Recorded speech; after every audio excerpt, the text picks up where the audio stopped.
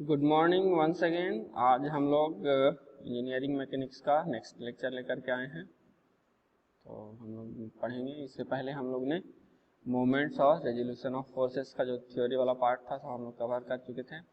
आज numerical start करते हैं, ठीक है, क्योंकि थ्योरी तो लगभग हो ही गया है, न्यूमेरिकल हम लोग का कुछ कुछ बाकी है। तो न्यूमेरिकल प्रॉब्लम हम आज लोग सॉल्व करना स्टार्ट करते हैं। तो आइए देखते हैं न्यूमेरिकल कैसे सॉल्व करते हैं। जो एक न्यूमेरिकल प्रॉब्लम है, सिंपल प्रॉब्लम, सबसे सिंपल प्रॉब्लम मोमेंट से रिलेटेड।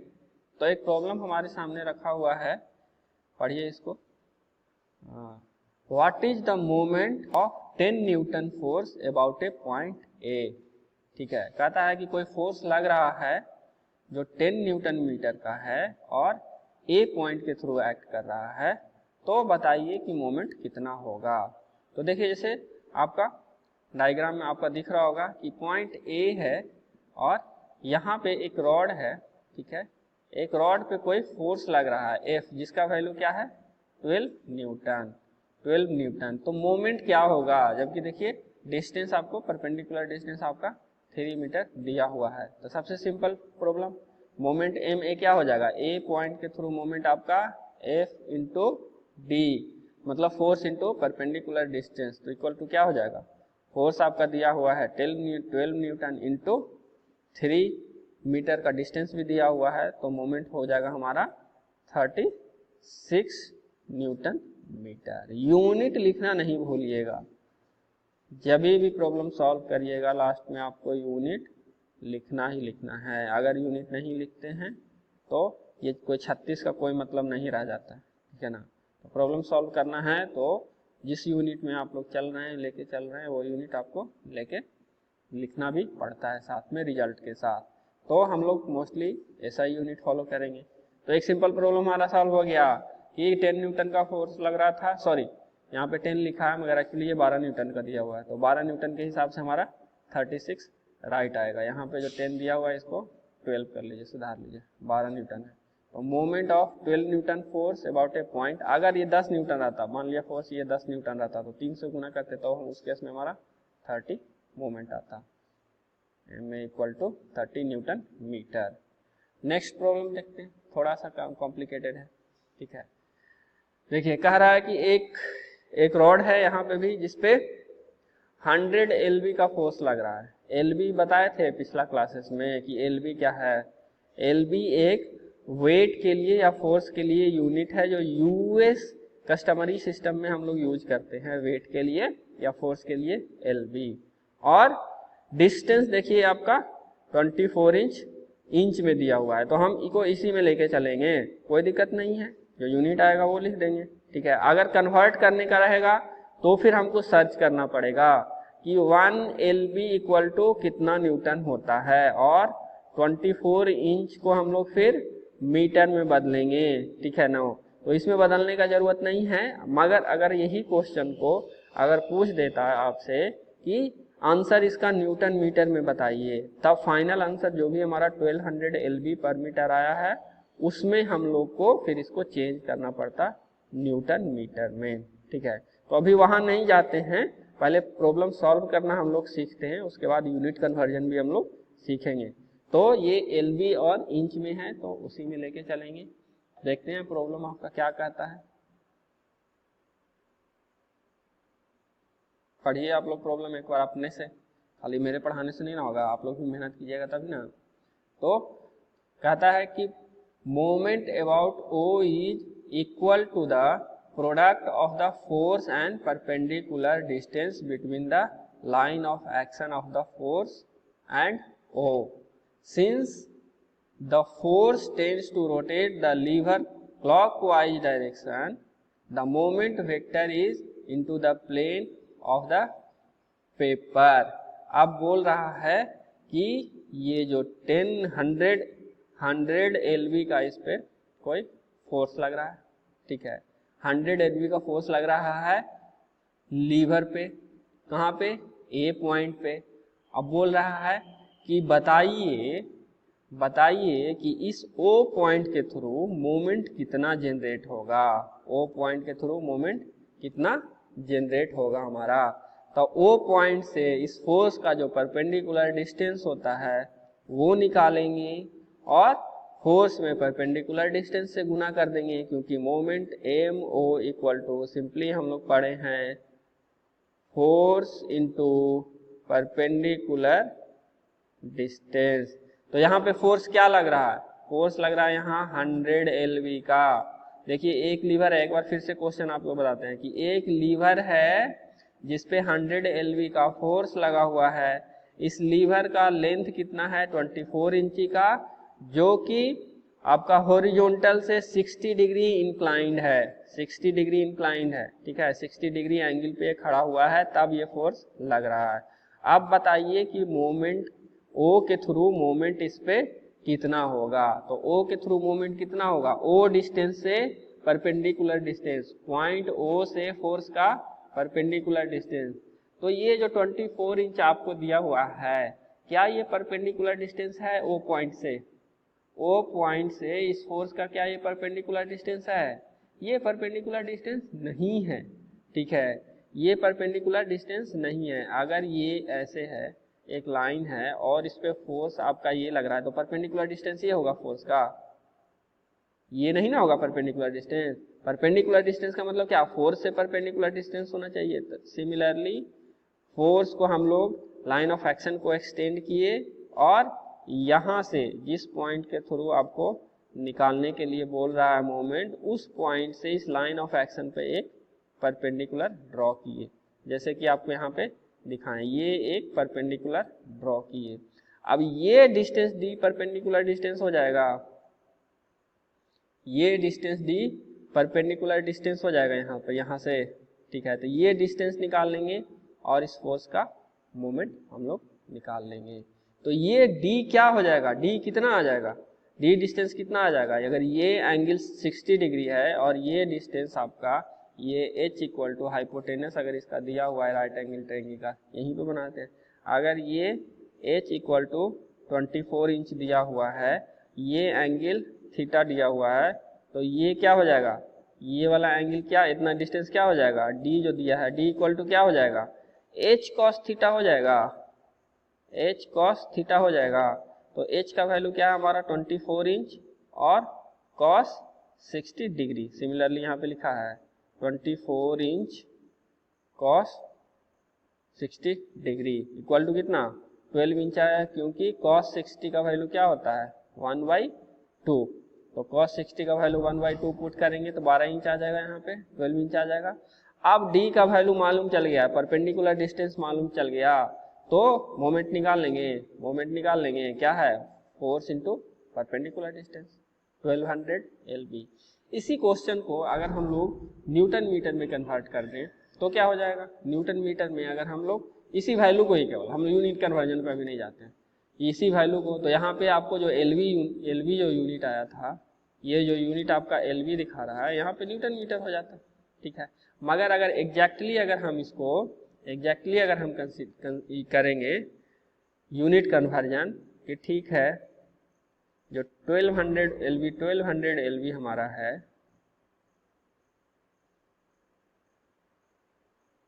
LV जो फाइनल आंसर हमारा आया, इसको बताइए कि न्यूटन मीटर में ये 1200 LV कितना होगा। तो 1 इंच इक्वल टू कितना मीटर होगा वो ज्ञात करना पड़ेगा, ठीक है, कितना, और 1 LB इक्वल टू कितना न्यूटन होगा ये मालूम करना पड़ेगा। तो ये आपका हम होमवर्क दे रहे हैं कि आप लोग इसको 1200 LV इंटू इंच को बदलिए तो न्यूटन मीटर में इसका क्या वैल्यू आएगा, ये आप लोग हमको बदल के जरा व्हाट्सएप करके बताएंगे तो देखते हैं कितना लोग बता पाते हैं, ठीक है ना। ये आप लोग खुद से जरा सर्च कीजिए, तो गूगल सर्च करके, ठीक है, 1200 LV इंटू इंच का कितना मीटर में होगा, ये आपका होमवर्क रहा, ठीक है ना। इतना आप लोग करके बताइएगा, हमको व्हाट्सएप कीजिएगा, जिसका जिसका व्हाट्सएप पे हमको मैसेज आया हुआ रहेगा कि 1200 equal to 1200 LV into inch equal to something जो भी वैल्यू आएगा न्यूटन मीटर, ये लिख के जिसका जिसका हमको मैसेज आएगा उसका उसका अटेंडेंस बना देंगे। मैं जिसका जिसका नहीं हुआ आज के क्लास का उसका अटेंडेंस हम लोग 0 करेंगे। आप लोग बना के करिएगा। अगर नहीं आ रहा है तो लिख के भेजिए कि सर नहीं कैलकुलेट हुआ, हम रिप्लाई करेंगे आप लोग को कि 1200 LV into inch equal to कितना न्यूटन मीटर होता है। क्योंकि मोमेंट का एसआई यूनिट क्या होता है, मोमेंट का एसआई यूनिट तो आप लोग पढ़े ना कि मोमेंट का एसआई यूनिट न्यूटन मीटर होता है। तो हम लोग को तो फॉलो करना है न्यूटन मीटर। प्रॉब्लम हमारा एलवी में दे दिया तो हम लोग एलवी में सॉल्व कर दिए, मगर मोस्टली हमको क्या न्यूटन मीटर में ही आएगा। ठीक है, सॉल्व करके लाना आंसर। नेक्स्ट प्रॉब्लम देखते हैं। नेक्स्ट प्रॉब्लम में बता रहा है कि सेम वही प्रॉब्लम है आपका, मगर बता रहा है कि इसके हॉरिजॉन्टल कंपोनेंट, अगर फोर्स हमारा जो लग रहा था हॉरिजॉन्टल लगेगा 1200 फोर्स का, ठीक है, तब हमारा मोमेंट क्या होगा। पिछला प्रॉब्लम में क्या वर्टिकल, ये जो एफ लग रहा था 100 LV का, 100 LV का जो एफ लग रहा था आपका, वो क्या लग रहा था, वो आपको लग रहा था हॉरिजॉन्टल फोर्स, सॉरी वर्टिकल लग रहा था। देखिए इसमें अभी वही फोर्स को कन्वर्ट कर दिया कि अगर ये फोर्स हॉरिजॉन्टल डायरेक्शन में लगे तब मोमेंट कितना होगा, फिर मोमेंट कितना होगा। तो हॉरिजॉन्टल डायरेक्शन में सिमिलरली आप हॉरिजॉन्टल डायरेक्शन से परपेंडिकुलर डिस्टेंस का कितना हो जाएगा ए का, तो फोर्स के लाइन ऑफ एक्शन को एक्सटेंड किए और एम से यहाँ ओ से आप डाले एक परपेंडिकुलर, तो ये परपेंडिकुलर डिस्टेंस हमको मिल गया। अब ये परपेंडिकुलर डी हमको मिल गया डिस्टेंस।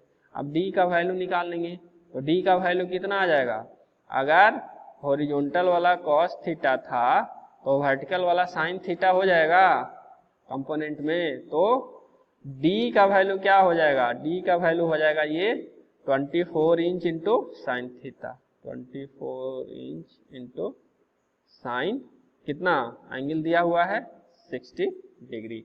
वैसे भी नहीं समझ में आता है तो ये अगर राइट एंगल ट्रायंगल है, अगर आपको एक तरह से आप बताते हैं कि ये वैल्यू एच हमको दिया हुआ है, ठीक है, ये वैल्यू एच हमको दिया हुआ है।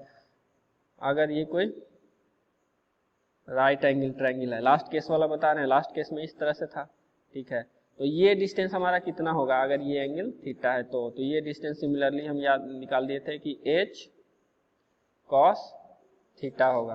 तो ये एंगल अब हमको वो नहीं पूछ रहा है, अब बोल रहा है कि फोर्स हमको जरूरत है हॉरिजॉन्टल से परपेंडिकुलर डिस्टेंस का, तो हॉरिजॉन्टल से परपेंडिकुलर डिस्टेंस निकाल दिए, यहाँ से एक परपेंडिकुलर डाल दिए। अब ध्यान दिए कि ये भी एक राइट एंगल ट्रायंगल बन गया। आप देखते हैं कि ये एक पैरेललोग्राम जैसा आपको दिख रहा है, तो ये एंगल इक्वल टू ये एंगल हो जाएगा। तो ये डिस्टेंस अगर h cos थीटा है तो ये वैल्यू आपका h sin थीटा आ जाएगा। सिमिलरली तो h इक्वल टू क्या 24 इंच है, तो सिमिलरली इस केस में हमारा d इक्वल टू जो अभी जो राइट नाउ हमारे पास जो प्रॉब्लम है इसमें क्या हो जाएगा 24 इंच इंटू साइन 60 डिग्री। ठीक है, क्लियर है। अगर नहीं समझ में आया है तो फॉर्मूला आप लोग ये कैसे निकलता है आप लोग 9th 10th में भी पढ़े होंगे, लाल बटा कक्का वो फॉर्मूला पढ़े हैं, नहीं पढ़े हैं, याद करिए, बहुत लोग पढ़े होंगे, ठीक है, तो उससे निकल जाता है। ठीक है, आपको जब नेक्स्ट वीडियो आएगा या अगर कोई प्रॉब्लम है तो वो भी बता देंगे आपको कि ये कैसे निकलता है। इसे तो बहुत आसान है, आप लोग 9th 10th का सिंपल जो राइट एंगल ट्रायंगल पढ़े होंगे, सॉरी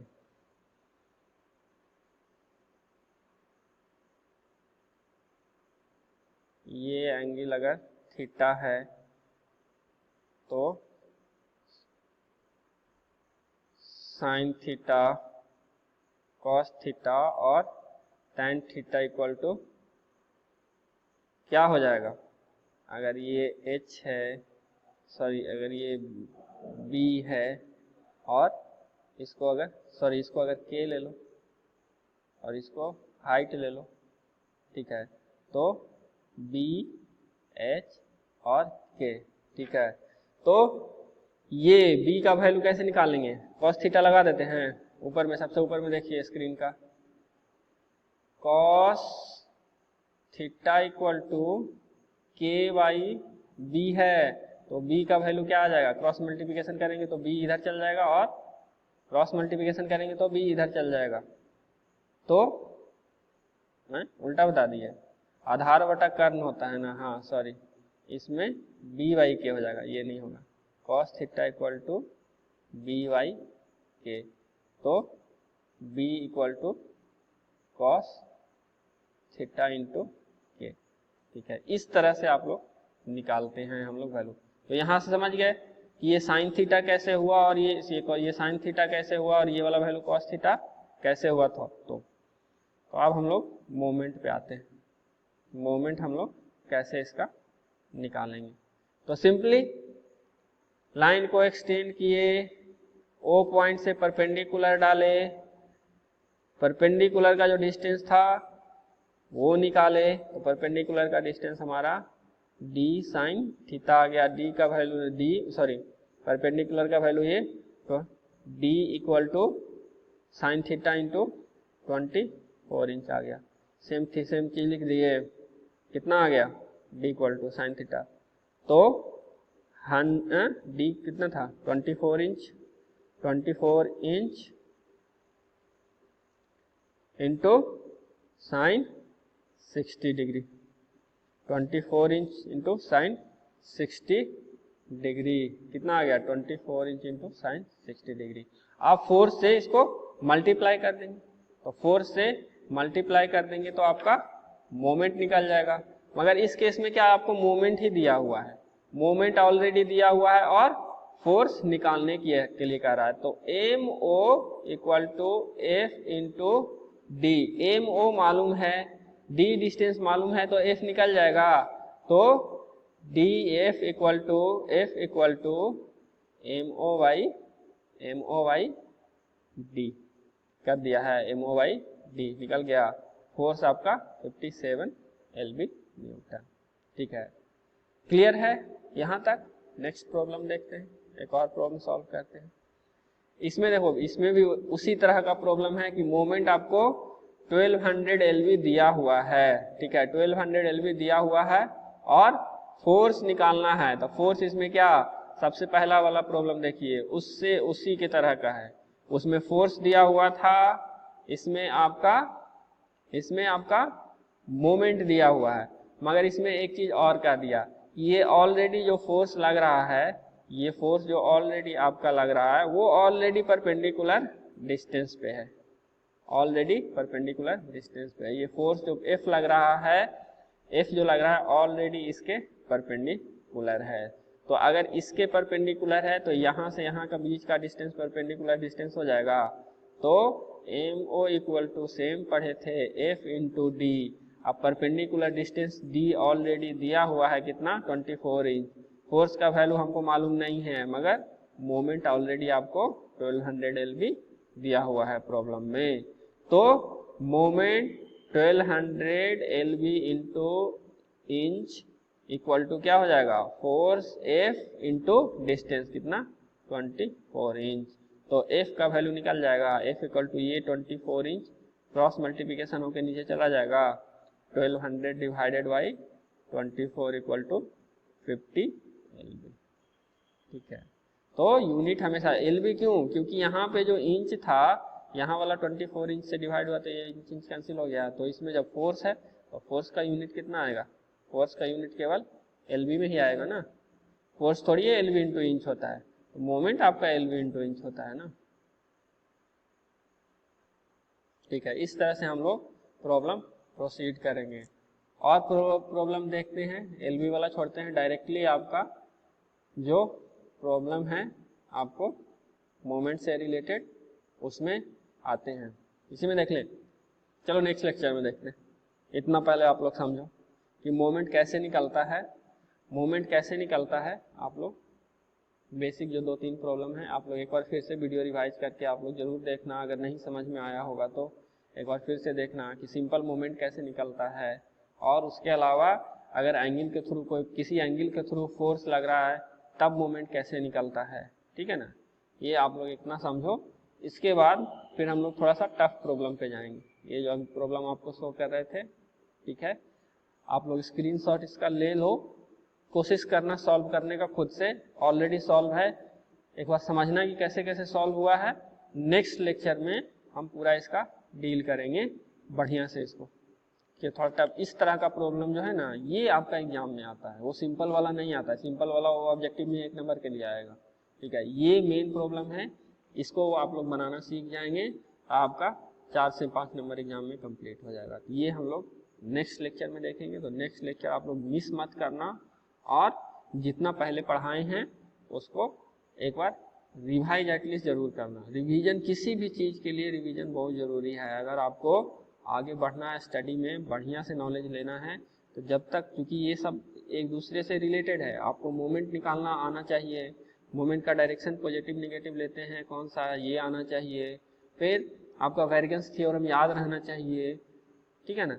ये रेजोल्यूशन ऑफ फोर्स हम लोग कैसे करते हैं, फोर्स का कंपोनेंट हम लोग कैसे डिवाइड करते हैं, एक फोर्स को 2 कंपोनेंट में कैसे डिवाइड करते हैं, ये आप लोग का याद रहना चाहिए। फिर अगर ये 3-4 चीज़ आप लोग ध्यान रखते हैं ना, तो फिर इंजीनियरिंग मैकेनिक्स में एकदम आपको बच्चा वाला खेल लगेगा कि ये सब बच्चा वाला खेल है इंजीनियरिंग मैकेनिक्स। 3-4 चीज़ बस ध्यान रखिए।